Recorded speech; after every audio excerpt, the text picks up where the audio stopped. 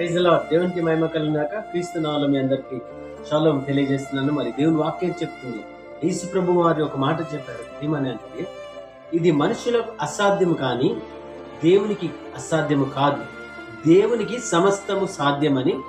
మరి మార్కు సువార్త 10వ అధ్యాయము 27వ వచనంలో దేవుని వాక్యం సెలవిస్తుంది.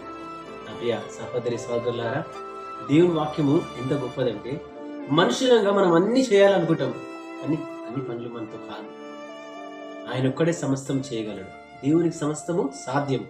ఏ రీతిగా అంటే, మనుషులు స్వస్థపరచలేరు, మనుషులు డాక్టర్లు ఆపరేషన్లు చేస్తారు కానీ ప్రాణం పోయలేరు.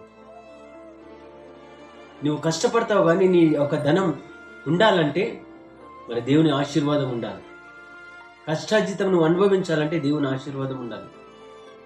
మనుషులుగా మనం ఎన్నో ట్రై చేస్తుంటాం కానీ అవన్నీ మన సొంత బుద్ధితో, సొంత జ్ఞానంతో, సొంత తెలివితో చేయాలనుకుంటాం కానీ చేయలేము. దేవుడు, ఆయనతో సమస్తము సాధ్యం. దేవునికి సమస్తము సాధ్యం. ఏ రీతిగా అంటే, 5 రొట్టెలు 2 చేపలు ఏ విధంగా ఆశీర్వదించాడు, కుంటివారికి గుడ్డివారికి చూపునిచ్చినాడు, మరి ఆ ఒక చనిపోయిన లాజర్ని లేపినాడు, చనిపోయిన చిన్న బిడ్డను కూడా లేపినాడు. ఇవి మనుషులకు అసాధ్యం కానీ దేవునికి సమస్తం సాధ్యం. రాత్రంతా కష్టపడ్డారు, ఒక్క చేప కూడా దొరకలేదు. మనుషులుగా వాళ్ళు ప్రయత్నించారు కానీ దేవుడు వచ్చినప్పుడు వెంటనే మరి విస్తారమైన చేపలు పడ్డాయి.